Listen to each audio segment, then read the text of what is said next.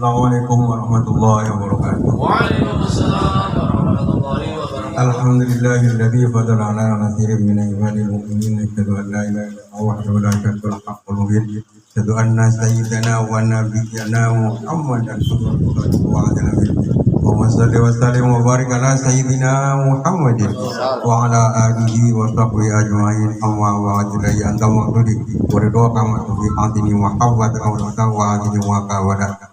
Hadapan guru-guru kita hadis tore pokok diri anak tawen sallallahu alaihi wasallam ayat nabi khusus kepada sayyidina wa inna wa rabbina hadrati Syekh Muhammad Abdul Qadir Al-Fatihah. Bismillahirrahmanirrahim. Alhamdulillahirabbil Qiratul ladzina anzalihim maghdubi alaihim waladdallin. Kenapa para ketua mursyid yang diadakan oleh guru kita Mukarram yang mulia Yaitu Dr. Mahfud dan keluarga ini juga Mukarram Yaitu Sabani Walid dulu ada al-makribnya juga ya waktu di Bandung al-makrib yang jadi Ridho dan yang mulia tuan rumah Haji Dr. Aryo Budera dan Ibu Rajulan Sultan Konstannya semakin diberikan keberkahan semuanya segalanya selamanya dari Allah melalui guru-guru kita khusus melalui pengetahuan. Ikhwan akhwat yang dimuliakan Allah, tabaruk kita pada syukur yang ditulis oleh guru kita. Di dalam bulan Jumadil ini ada 3 ayat. Pembahasannya dalam sekali luar biasa. Ada 3 alif. Alif yang pertama diartikan dengan ihsan. Alif yang kedua diartikan dengan ikhlas.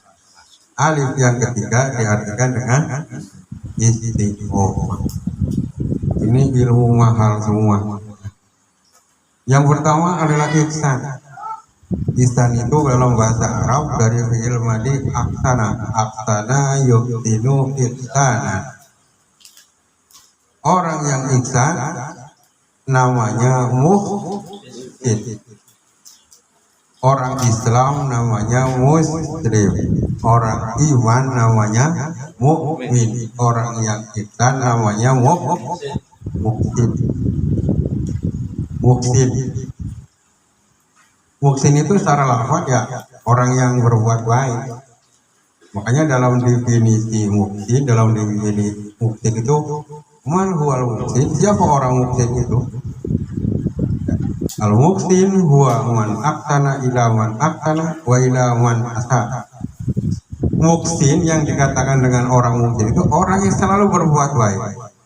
Baik kepada orang yang berbuat baik kepada dia maupun orang yang berbuat jahat kepada itu namanya tetap istiqomah melakukan berbuat baik. Masa bodoh orang itu baik apa enggak, yang penting dia tetap itu orang mukmin. Ini enggak gampang. Sini itu enggak gampang. Kalau kita baik kepada orang yang baik, wah itu semua juga bisa. Kita royal kepada seseorang, yang orang itu juga royal kepada kita. Gampang. Yang susah itu ada orang pelit kepada kita, kita royal. Makanya bahasa kami itu menyayangi orang ya. Nah ini yang susah.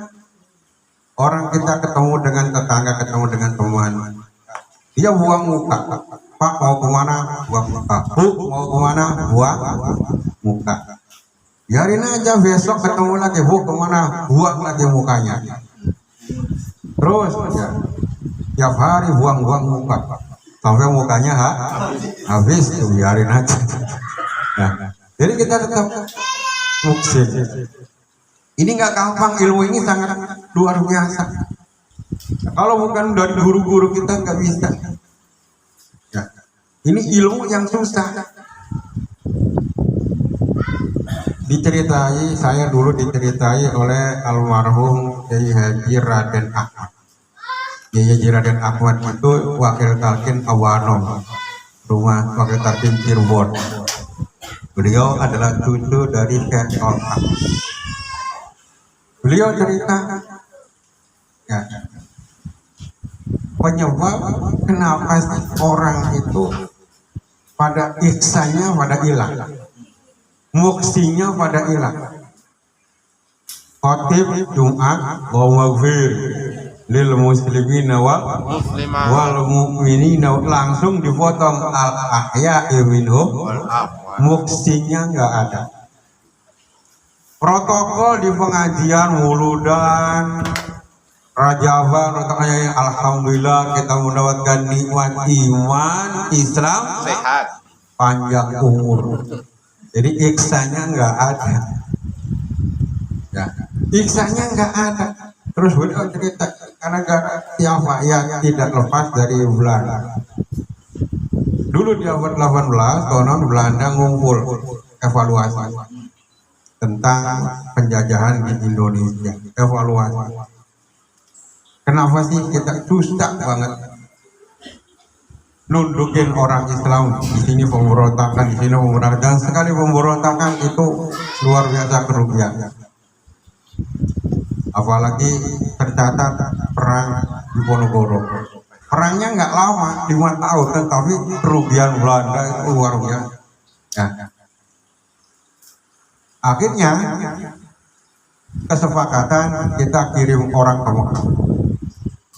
Di antara kita yang paling cerdas datang ke Mekah, pura-pura masuk Islam, pelajari di mana letak kekuatan dan kelemahannya Islam.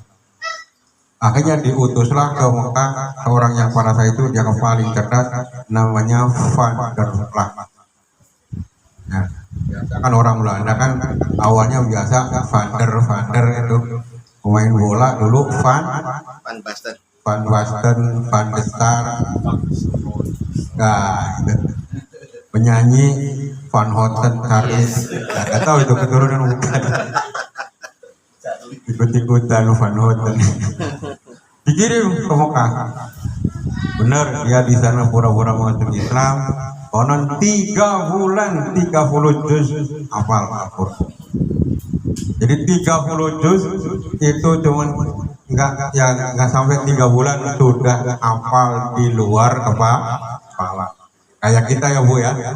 Bu, Al-Qur'an sudah di luar kepala. Tapi cuman di luarnya kejauhan, jadi gak kejangkau.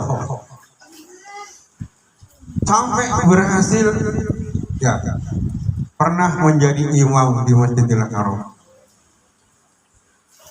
Beberapa waktu dia jadi imam, ternyata memang terbongkar juga, karena di sono juga banyak orang arifin, orang-orang yang makrifat.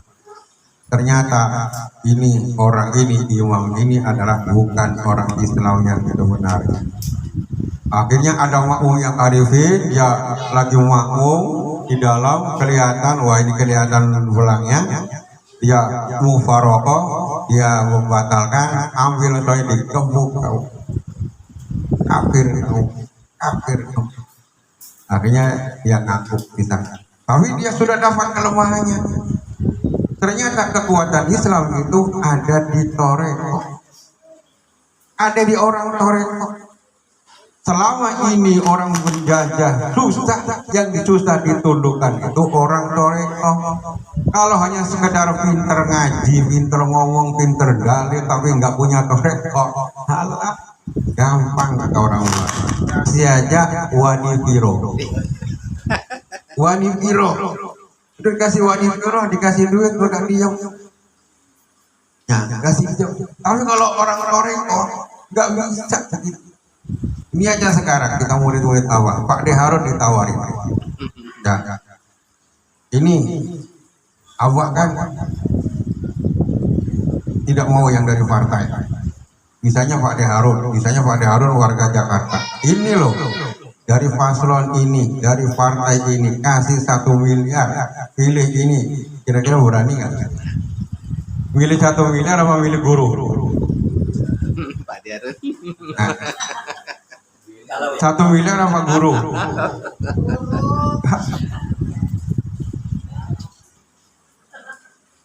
Butuh duit, butuh nggak? Tuh, Guru butuh nggak? banget. Jadi gimana? Diambil nggak tuh 1 miliar?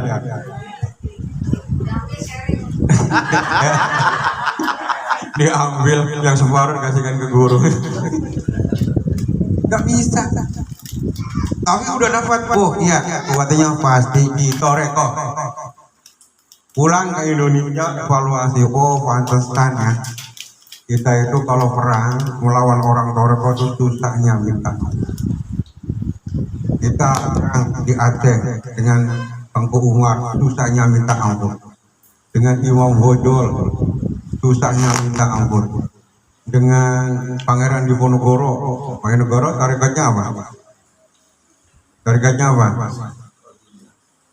Ya, ada yang wakil anak kawan. Tapi beliau orang Toreko, muridnya salah satu di Sataria ya.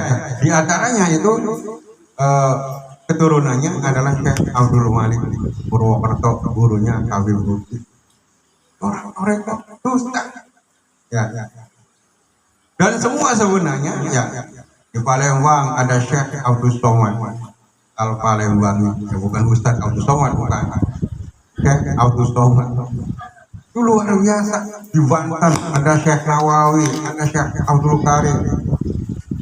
Beliau ini adalah nggak bisa ditundukkan karena cuma taat kepada gurunya, nggak bisa diotak-atik. Kalau kata gurunya A, semua ikut K, itulah orang Toreko. Kata yang benar ya. Ya kalau yang remong-remong ya begitu. Tawar yang miring, jadi separuh-separuh. Jadi semuanya sebenarnya ini adalah orang muksin. Orang-orang Toreko itu orang muksin semua, selalu berbuat baik kepada orang yang baik maupun kepada orang yang tidak. Itu penjajah, sampai ke penjajah juga itu. Masya Allah, guru-guru kita orang Toreko itu baiknya luar biasa. Ya, kita ambil misalnya Syekh Tolka. Syekh Tolka itu baik kepada Belanda. Belanda datang nangkep, ayo nangkep, ditangkep. Nggak keberatan, nggak ngelawan, nggak berontak, enggak tetap. Di penjara gitu. Cuman yang masalahnya orang Belandanya pusing sendiri. Kenapa pusing sendiri? Ini orang udah ditangkap, udah dipenjara di Karasidenan Cirebon. Tapi kalau waktunya sholat di Masjid Kholwat Cirebon ada imamin juga. Di kantor Karasidenan imamin di Kholwat di Kalisabu juga sebenarnya ini orang yang bener yang mana sih, yang asli, yang KW mana? Ini bingung. Ya. Dan di tempat Syekh Tolka itu banyak buaya. Itu tempat tirakatnya Abah Sepuh suruh ngerendam itu bareng buaya. Ya, bareng buaya. Tapi Abah Sepuh satu, kenapa? Yakin buaya itu nggak bakal ngapa-ngapain kalau tidak disuruh oleh Syekh Tolka. Jadi sebenarnya Pak, kalau bukan orang muksin itu gampang. Buaya itu disuruh oleh Syekh Tolka, hei buaya tuh, Belanda tuh makan itu buaya dengan senang hati kan. Jangan kalau mau. Tapi namanya juga orang Toreko muhsin, selalu berbuat baik kepada orang yang baik dan orang yang tidak. Abah Sepuh juga kita mendengar kisahnya. Beliau juga ditangkap sama Belanda, di penjara di Bandung, di Sukamiskin. Ya. Di penjara di Sukamiskin. Apa yang terjadi? Belanda juga bingung. Setiap waktu zikir yang kita sekarang amalkan, la ilaha illallah, la ilaha illallah, la ilaha illallah. Zikir di dalam penjara. Dan hebatnya bukan saja beliau dan ikhwan, ternyata temboknya juga ikut zikir. Miring ke kanan, kepalanya ke kanan, tembok ikut ke kanan, ke kiri, terus itu. Dan yang pusing siapa? Yang pusing orang. Begitu, gue banyak. What? Kata orang, what?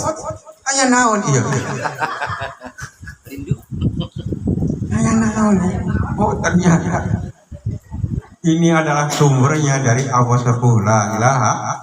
Kalau Abah Sepuh mau bisa nggak nyuruh tembok ambruk nimpa orang Belanda? Sangat bisa. Tapi karena beliau adalah orang mukmin yang selalu berbuat baik kepada orang yang baik maupun yang tidak. Akhirnya kata udah nggak kuat Belanda, lepasin itu orang itu bikin kita ambruk, kita mati di sini. Akhirnya dilepas. Itu luar biasa. Jadi kesimpulan daripada Vanderplas ini kita toreko. Kekuatan Islam ada selagi orang Islam bertoreko, kita tidak akan bisa menguasai mereka. Maka misi kita sekarang bagaimana menjauhkan umat Islam dari toreko. Maka begitu pulang ke Indonesia untuk membubarkan toreko nggak mungkin. Asal. Jadi bagaimana? Ya udah kita meminimalisir penganut-penganutnya. Jangan sampai orang yang ikut bertoreko terlalu banyak, kita yang repot. Bagaimana caranya? Kita atur, bikin aturan-aturan yang tidak ada di dalam Islam. Apa diaturnya? Satu, boleh bertoreko kalau sudah umur 40 tahun. Ini yang bikin Vanderplas. Ya. Dan ternyata banyak nggak yang percaya kayak gitu. Ya. Yang umur 40 anak masih muda sembarangan. Waktu masih muda. Jangan sembarangan bertoreko, nanti gila tuh. Tuh si Anu contohnya. Emang ada yang ditunjuk yang benar-benar orang gila. Tapi bukan gila karena toreko. Yang gila karena cinta, bisa juga gila karena kehilangan. Jadi yang ditunjuk tuh gara-gara tuh, oh iya gila, ya gilanya iya, tapi penyebabnya tuh bukan itu.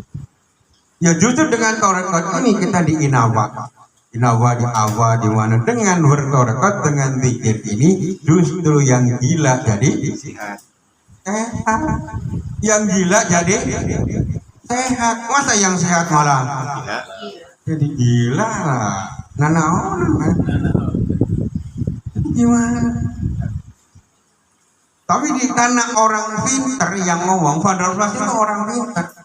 Ya. Pokoknya yang bertoreko boleh tapi umur 40. Lah emang ada jaminan seseorang umurnya sampai 40? Itu semua hanya karangan orang-orang Belanda. Dan jeleknya orang-orang kita banyak yang termasuk para kiai-kiainya itu banyak yang begitu. Ya. Banyak kiai-kiai itu yang percaya bahwasanya kalau bertoreko harus umur 40. Ternyata itu sangat tidak benar. Maka dalam tanbih itu pada seluruh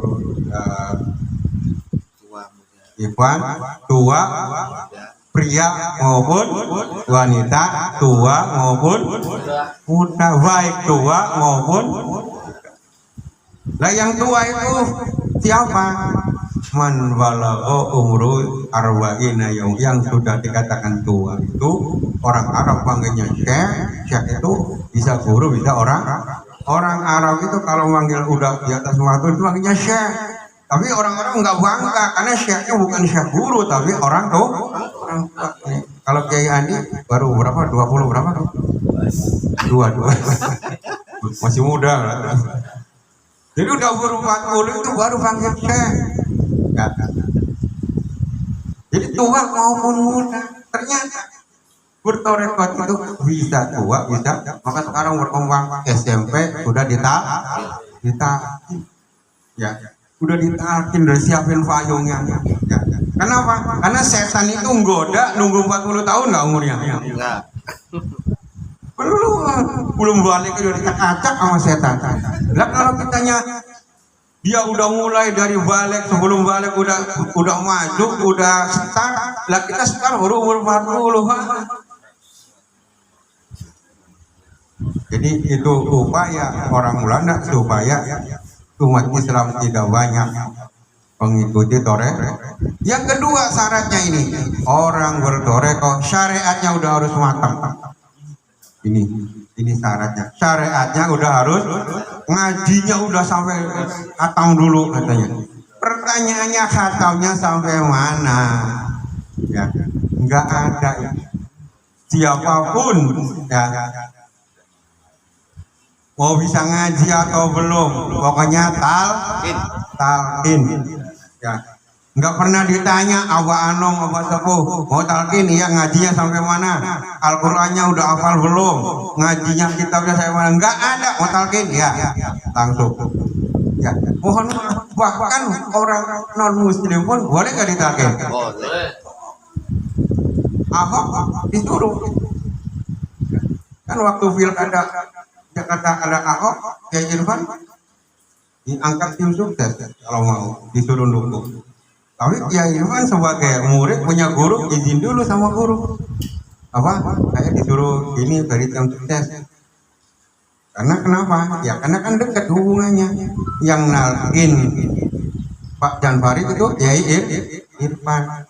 Lah salah satu istrinya Pak Jan Farid adalah kakaknya Ahok. Kan bisik-bisik waktu masih manakib di Jan Farid tuh. Kata Pak Jan Farid, wah saya istrinya 3 wah. Jan Farid kata awak, wah saya 4 Pak. Jadi kata dulu istrinya 3, awak 4, hebat dong 4. Dia nggak tahu bahwa uminya Fatimah. Umi papa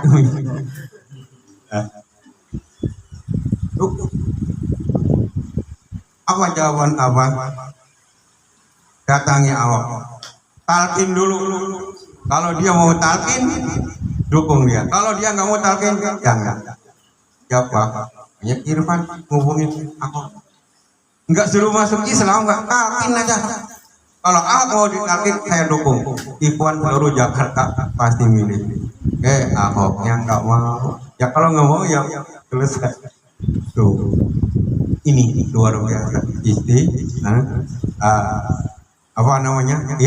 Ihsan. Jadi banyaknya hilang ihsan ini karena pengaruh penjaga. Maka Allah bangkitkan lagi.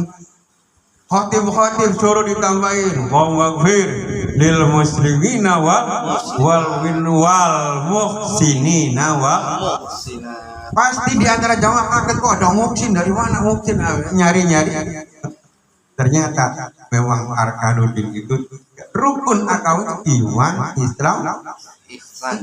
Kalau ihsannya nggak ada, nggak komplit, nggak sempurna ya, nggak sempurna kalau nggak ada ihsan. Jadi apa itu ihsan? Talqin zikir antaqudallah ka'annaka tarahu.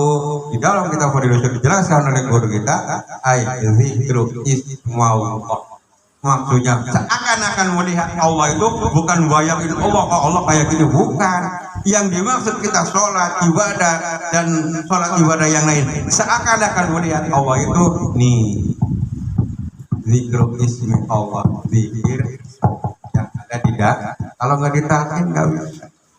Alhamdulillahilladzi fadlana. Assalamualaikum warahmatullahi wabarakatuh.